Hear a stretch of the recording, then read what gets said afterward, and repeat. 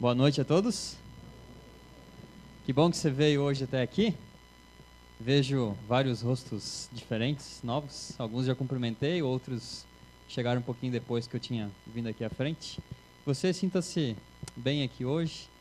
E agora chegou o momento da gente estudar junto a palavra de Deus. Aqueles que estiveram ontem, lembram-se do que a gente estudou hoje? Ontem, ou melhor, desculpa. Era sobre o que? A mulher que tinha o quê? Oi? Hemorragia, fluxo de sangue, né? E hoje nós vamos estudar sobre o que? Lembram? Que eu falei ontem? A morte de alguém, a crucifixão ou crucificação de alguém. Abra sua Bíblia aí em Mateus, no capítulo 16. Vocês sabem, durante toda essa semana nós temos estudado sobre os passos de Jesus, ou sobre encontros de Jesus com alguns personagens da Bíblia. E hoje não será diferente. Nós vamos estudar mais alguma coisa relacionada a isso, para dar continuidade. Amanhã de manhã estaremos juntos aqui novamente, a partir das 10h30, né? Começa o culto, né? Isso, às 10h30 nós temos o culto e no domingo estaremos então encerrando essa semana especial às 19h30, certo? Então, hoje à noite, amanhã de manhã e domingo às 19h30. Abrirei em Mateus, todos têm Bíblia. Se porventura alguém não tiver Bíblia, se sente próximo de alguém que tenha, para a gente estudar aí o nosso texto de hoje, né? Capítulo 16, verso 24. Diz o seguinte lá. Então disse Jesus a seus discípulos: se alguém quer vir após mim, a si mesmo se negue, tome a sua cruz e siga-me. Meus queridos, há muitos textos nas Escrituras que, infelizmente, eles costumam ser interpretados de uma forma um pouquinho equivocada. E esse texto é o caso disso. Muitas vezes, esse texto ele tem sido interpretado, tem sido identificado como alguma enfermidade, como a enfermidade que eu tenho, então essa é a cruz que eu tenho que carregar na minha vida. Eu tenho aquele marido chato que fica reclamando o dia inteiro, essa é a cruz que eu tenho que carregar para a minha vida. Tem aquela mulher que só fica falando em casa, não aguento mais. Mas essa é a cruz que eu tenho que carregar. É ou não é? Já devem ter ouvido falar sobre isso. Problemas familiares, problemas financeiros, divórcios, filhos rebeldes. Muitas vezes nós pensamos ou ouvimos pessoas falando disso. Mas não é isso que esse texto quer dizer. Não é esse tipo de cruz que nós temos que carregar. Claro que faz parte da vida de todo cristão renunciar a algumas coisas, passar por provações, mas a cruz que o texto aqui que nós lemos de Mateus 16, 24, fala é bem diferente. A experiência de que Jesus se refere aqui é muito mais dramática e dolorosa e está relacionada com a experiência de Cristo no Calvário, ou seja, a crucificação. Aquele que diz ser discípulo de Jesus deve passar pela experiência da própria morte. Do contrário, sua fé não é genuína. A verdadeira fé tem que ver com a morte, mas é a morte do eu. A renúncia completa de si mesmo. Mas vamos entender um pouco o contexto. Lembre-se da história de ontem. Para a gente compreender um pouco mais a palavra, compreender um pouquinho mais do que o texto bíblico quer dizer, nós precisamos muitas vezes ter um contexto geral daquilo que a Bíblia nos traz, para entendermos a situação, tirarmos as lições que precisamos ter. Jesus estava nas proximidades de Cesareia de Filipe, uma bela cidade localizada um pouco ao norte da Galileia, na base do Monte Hermon. Aquele era um lugar essa palavra é meio difícil aqui. Predominantemente, até deu uma travada aqui na língua, né? Predominantemente pagão. Ou seja, as pessoas naquela localidade não conheciam muito a Jesus Cristo, não tinham ouvido falar dele. Por que será que Jesus quis ir até aquele lugar? Jesus foi para lá para ele ter um pouco mais de privacidade. Como eles não conheciam muito a ele, a multidão não ia seguir ele, não estariam perguntando, querendo aprender das coisas. Ele queria estar num lugar com um pouco mais de privacidade com seus discípulos. E sabe por quê? Porque ele teria uma conversa séria com os discípulos. Jesus queria conversar seriamente com eles, pois naquele lugar Jesus falaria àqueles discípulos sobre os sofrimentos que ele iria passar dias à frente. A maior parte dos discípulos já estava com Jesus há mais ou menos 3 anos, mas apesar disso, eles nada sabiam a respeito da morte de Jesus, da morte que Jesus passaria. Imaginem vocês, se Jesus chegasse para os discípulos, lembrem da cena, quando Jesus foi chamando Pedro, chamando os discípulos e tudo mais, imagine se eles chegassem para Jesus chegasse para eles e falasse, seguinte, eu sou Jesus Cristo, vocês vão ficar comigo, eu estou chamando vocês para ficar comigo 3 anos, mas aí depois lá eu vou morrer, tá certo? Imagine só o que eles iam achar. Você seguiria alguém sabendo que ia largar toda a sua vida para seguir alguém, para saber que ele vai morrer daqui a 3 anos? Dificilmente você seguiria ele. E portanto agora estava chegando o momento de Jesus falar para eles do que ele iria passar. O momento da morte de Cristo estava próximo. Era hora dos discípulos decidirem se eles iriam entregar a vida deles a Jesus, confiando nele como Salvador, ou se apenas seguiriam a Jesus por outros interesses. E interessante que, no que segue ali o texto, Jesus não foi direto ao ponto. Acompanhe comigo aí Mateus capítulo 16, verso 13. Só voltar aqui que o vento tirou. 16, verso 13, diz o seguinte: quem diz o povo ser o Filho do Homem? Jesus faz uma pergunta. E qual foi a resposta deles no verso 14? Uns dizem João Batista, outros Elias e outros Jeremias ou alguns dos profetas. Essa resposta, meus queridos, mostrou que Israel, o povo, não via ainda Jesus como Messias. Eles pensavam que ele era um profeta, tudo mais, mas não via como o Messias aguardado. Mas essa pergunta de Jesus foi inteligente. Foi para preparar os discípulos para a segunda pergunta, que vem a seguir. A próxima pergunta foi: e vocês? Continuou Jesus aí no verso 15. Quem vocês dizem que eu sou? Somente se os discípulos confessassem a fé deles em Jesus, é que poderiam entender o sofrimento de Jesus, a morte que Jesus iria passar. E aí fica a pergunta: será que os discípulos entenderam?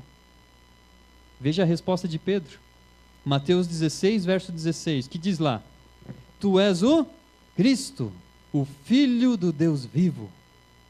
Embora os discípulos ainda estivessem muito longe de compreender a natureza da missão de Cristo, estavam um pouco confusos, eles já o aceitavam como Messias, diferentemente de todo o povo. Eles aceitavam Jesus como o Messias esperado. Os discípulos, então, mesmo aceitando Jesus como Messias, eles ainda nutriam aquela esperança de que em algum momento Jesus deixaria de ser pobre, e então ele tiraria a sua espada e conseguiria então tirar dos romanos o seu jugo e trazer aos judeus, então o poder voltaria para eles. Jesus, aquela pessoa simples, pobre, eles pensavam que em algum momento ele deixaria essa pobreza de lado. Era a esperança dos discípulos. Eles ainda não tinham compreendido a real natureza da missão de Cristo. E então os discípulos ficaram mudos de angústia, espanto, ao ouvir acerca da morte de Jesus. Ele mesmo contou da sua boca para eles. Está aí no relato bíblico. E eles então pensavam que o Messias viria para reinar e não sofrer. Na mente deles esperavam de que o Messias iria reinar. E agora Jesus, o Messias, que eles aceitavam como Messias, está dizendo que ele iria morrer. Como pode isso? Imaginem a mente dos discípulos. 3 anos, larguei minha família, larguei tudo, e agora? Vai acabar tudo assim? Foi em vão, será, esses 3 anos? Será que não foi um erro ter seguido esse Jesus? Imaginem a situação. Mas há um outro lado da história. Cristo tinha dado evidências suficientes para eles sobre seu poder, as curas, os milagres. Eles acompanharam de perto a Cristo. Eles estavam plenamente convencidos de que Jesus era o Messias. E foi por isso que Pedro chamou Jesus de canto, aí no verso 22 do capítulo 16. E ele começou a repreender a Jesus. Cristo, porém, não parou por aí. Além de fazer com que os discípulos procurassem entender a sua missão, que era de natureza espiritual, que ele morreria e seria ressuscitado, Jesus também disse que se eles desejassem segui-lo, também precisariam passar pela experiência da cruz. Imaginem isso. Os discípulos foram chamados, passaram 3 anos com Jesus, e agora ali Jesus leva eles num lugar um pouco diferente, e começa a falar para eles que ele iria morrer, e depois iria ser ressuscitado. E agora ele diz que para eles realmente aceitarem a Jesus como Messias, compreenderem tudo isso, eles também teriam que passar por isso. Mas como isso? E então, chegamos ao contexto do verso que eu comecei aqui, no verso 24. Então disse Jesus a seus discípulos: se alguém quer vir após mim, a si mesmo se negue, tome a sua cruz e siga-me. Esse foi todo o contexto, o pano de fundo da história, para compreender. Nós vamos rever o cenário. Os discípulos esperavam que Jesus se tornasse rei. E eles também queriam participar da glória do reino. Lembram-se? Eles brigavam para saber quem sentaria à direita de Jesus. Eles queriam fazer parte da glória do reino. Agora Cristo fala em abnegação, morte. E ainda, Jesus Cristo falava do pior tipo de morte, a morte da cruz. E para isso nós precisamos entender o que é essa morte da cruz para eles. Os romanos costumavam empregar a crucificação somente para executar escravos, prisioneiros de guerra e os tipos mais perigosos de criminosos. Era o mais doloroso e humilhante tipo de morte que havia. E os discípulos sabiam disso muito bem. Quantas e quantas vezes eles viam desses tipos de pessoas, ladrões, pregados na cruz, agonizando. Os discípulos ficaram espantados, com medo, só saber da ideia de que Jesus morreria. Imagine agora que Jesus lhes disse que eles deviam também tomar a cruz sobre os seus ombros e acompanhar o seu mestre, acompanhar Jesus. Deveriam acompanhar Jesus em seu sofrimento. Não havia nenhum mal-entendido aí. Estava tudo muito claro, pois não poderia significar para os discípulos outra coisa, senão se colocar na posição de condenado, a caminho do local de execução. E para deixar ainda mais claro, no verso 25, diz o seguinte: porquanto quem quiser salvar a sua vida, o que vai acontecer? E quem perder a vida por minha causa,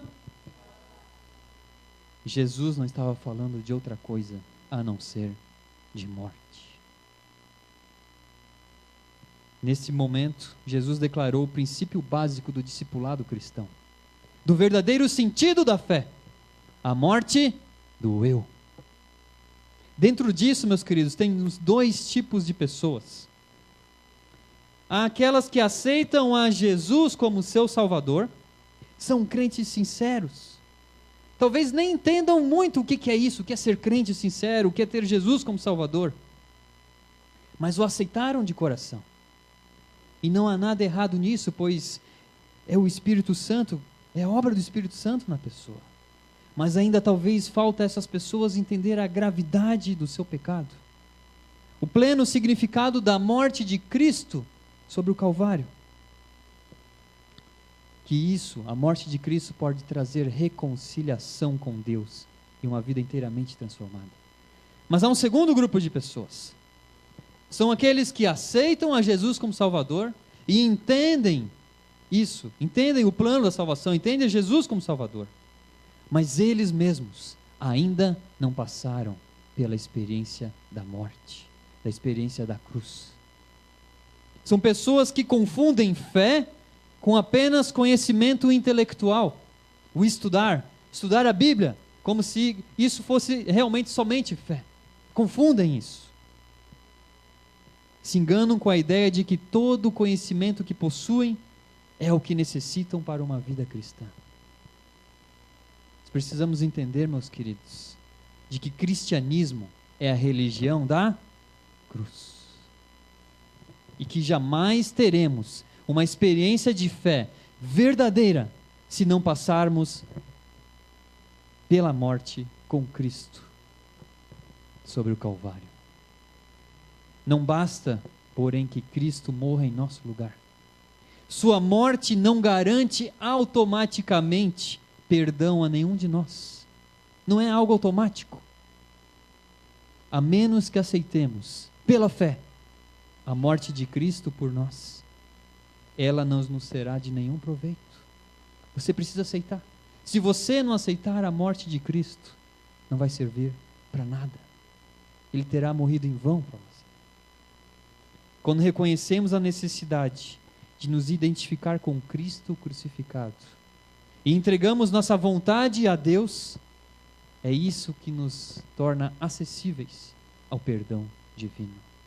Romanos 6,7 diz: porquanto quem morreu, justificado está do pecado. Nossa fé deve passar pela morte, pela negação de nós mesmos. Como é que isso funciona? Não é simplesmente negar certos luxos, joias, carros importados, chocolates caros. Embora isso até possa estar incluído, mas se fosse somente isso, estaríamos sendo hipócritas. Negar-se a nós mesmos, portanto, significa negar o nosso ego. Renunciar o nosso suposto direito de seguir o próprio caminho. Significa deixar de ser um idólatra do eu, das ideias e hábitos que eu gosto, mas que nos separam de Cristo, porque ocupam a nossa vida um lugar que Cristo deveria ocupar. Será que para você há coisas que têm tomado um lugar muito maior do que Cristo em sua vida? Será que os seus gostos têm separado você de Cristo? São gostos que não são de acordo com os princípios de Deus? Pense. Não há como entregar somente a metade do coração a Cristo.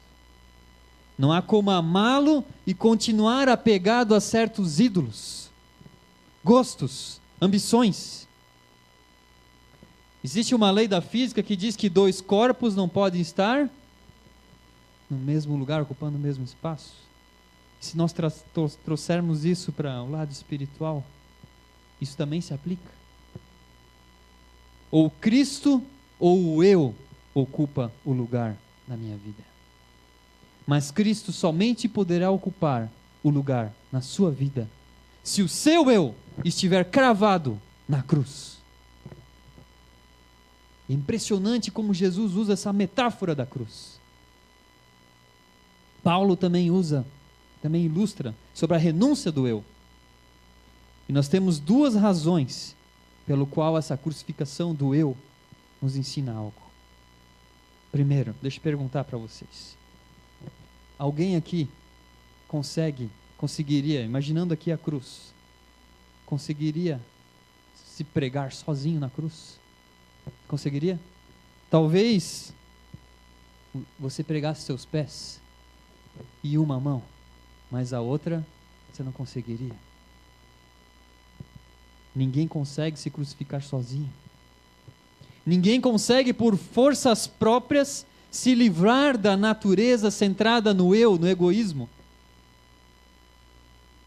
Isso é obra de Cristo em nós, mediante o Espírito Santo. Sozinhos, então, conseguiríamos pregar os pés, mas não todas as mãos. Assim é na vida espiritual, meus queridos. Talvez confiando na sua própria força, até poderemos superar algumas dificuldades, algumas paixões, mas não conseguiremos fazer isso por completo, pois não há em nós poder, nem disposição suficiente para fazer isso sozinhos. Ao colocarmos nossa vontade em sujeição ao Espírito de Deus, veremos então uma ação conjunta entre Deus e o homem. Vocês compreendem aqui como tudo isso está relacionado à nossa vontade? O que a sua mente tem te conduzido? A sua vontade? Que você tem escolhido na sua vida? O Espírito Santo não força a sua vontade. Ele desperta em você o desejo de morrer para o eu, para o egoísmo. Ele desperta isso em você. Mas a nossa atribuição é escolher. Você ouve a voz do Espírito. Ele fala para você tirar o seu egoísmo. E você decide se tira ou se não tira. A partir do momento que você escolhe morrer para o eu, Jesus então vai completar essa obra no seu coração. É Ele que vai te ajudar a vencer. A obra é divina, mas a responsabilidade é totalmente humana. A segunda razão dessa ilustração da crucificação é que raramente alguém morre no mesmo dia que é crucificado.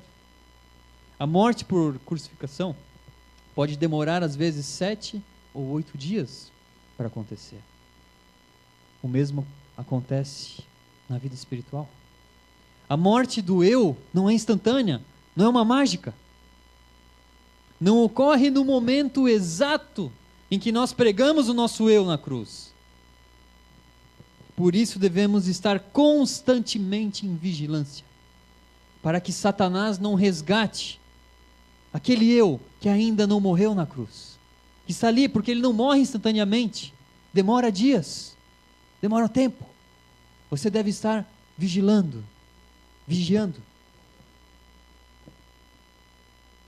Ser um discípulo de Jesus, meus queridos, tem seu preço, um alto preço. Então foi isso que Jesus disse: se alguém quer vir após mim, a si mesmo se negue, tome a sua cruz e siga-me. Embora a salvação seja um dom de Deus, ela é somente para aqueles que morrem para si mesmos, que se entregam sem reservas a Cristo e que estejam dispostos a viver por Ele. Devemos abandonar de vez a ideia de que salvação é uma conquista pessoal ou um prêmio, como se fosse uma realização qualquer. A verdadeira religião é muito mais que teoria. A verdadeira religião é muito mais que emoções ou uma experiência romântica. A verdadeira religião é uma escolha consciente de quem é o Senhor da tua vida. Não mais nós mesmos, mas Cristo passará a viver em nós. A vontade de Cristo será a nossa vontade. O poder de Cristo será o nosso poder. E o amor de Cristo, o combustível de todas as nossas ações. A mera aceitação de Jesus como o nosso Salvador pessoal não é tudo. Só seremos realmente salvos se nossa fé nos levar a seguir os passos do nosso Senhor rumo ao Calvário. E ali, simbolicamente, fazer a renúncia completa do eu. É óbvio, meus queridos, você não precisa hoje pegar a cruz, colocar pregos em suas mãos e fazer essas coisas. É óbvio que não, é apenas uma metáfora, apenas um símbolo para nós compreendermos de que assim como Cristo morreu na cruz, nós também devemos morrer, pregar, crucificar o nosso eu na cruz junto com Cristo. É a completa renúncia do eu. O que é fé? Fé é entregar a Deus as faculdades intelectuais e submeter a Cristo a sua mente e a sua vontade. Meus queridos, essa luta Essa luta da crucificação do eu, ela é diária. Não é uma vez na vida. Ah, hoje eu deixei meu egoísmo de lado, crucifiquei o meu eu, pronto. O resto da vida está tudo certo. Não é assim. Diariamente você deve lutar com isso. Lembre-se que você tem a parte da vontade. O Espírito fala ao seu coração. Você aceita, e então Deus vai te ajudar a vencer a tentação. Vai te ajudar a vencer. Por mais estranho que possa parecer, em termos espirituais, morrer significa viver. E viver da forma mais plena possível. Pois será Cristo que então estará vivendo na sua vida. E eu convido você a abrir Gálatas, no capítulo 2, verso 19 e 20. Gálatas, capítulo 2, 19 e 20.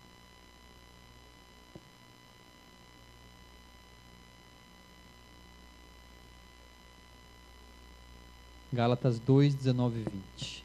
Lá diz o seguinte. Aliás, vamos ler todos nós juntos? Estou crucificado com Cristo. Logo, já não sou eu quem vive, mas Cristo vive, e esse viver, que agora tenho na carne, vivo no Filho de Deus, que me amou a si mesmo e se entregou por mim. Você aceita o sacrifício de Cristo na sua vida? Você quer crucificar o seu eu? Lembre-se, você deve fazer isso diariamente. Diariamente se humilhar perante Deus e reconhecer que você precisa dele. Reconhecer que você tem que deixar o seu orgulho de lado. Reconhecer que você precisa de um Salvador que morreu na cruz. E esse é meu convite para você hoje. Você aceita esse convite? Amém. Deus seja louvado.